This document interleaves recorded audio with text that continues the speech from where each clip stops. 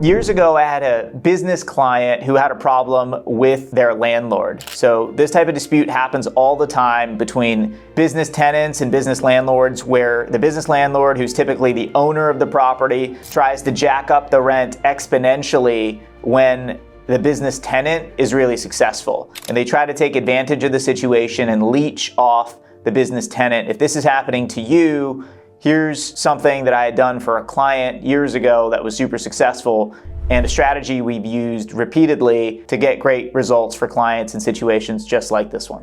So it's pretty common when a landlord sees that one of its tenants is really successful that they try to raise the rent or start abusing them, trying to get them to pay more rent or to inevitably do something to try to get them to extend their lease in a way that's more beneficial for the landlord than it is for the client. Years ago, I had a client who was featured on a show with Guy Fieri called Diners, Drive-Ins, and Dives, and the landlord saw it, and because of that episode, their place went from popular to super popular, and they had lines around the block. And after the landlord saw it, he insisted on raising their rent exponentially. They were up for an option for renewal, meaning they had the option to be able to renew their original lease term, but the landlord was going to charge them a lot more after the renewal or as a part of the renewal. And one of the big things was technically the client didn't properly exercise their option to renew. They tried to send it in a different way than what the contract actually required. So the landlord said that they, one, hadn't properly exercised their option to renew, and two, that their rent was going to be 3 times what it was. So in short, it was a shakedown. That's all the landlord was trying to do.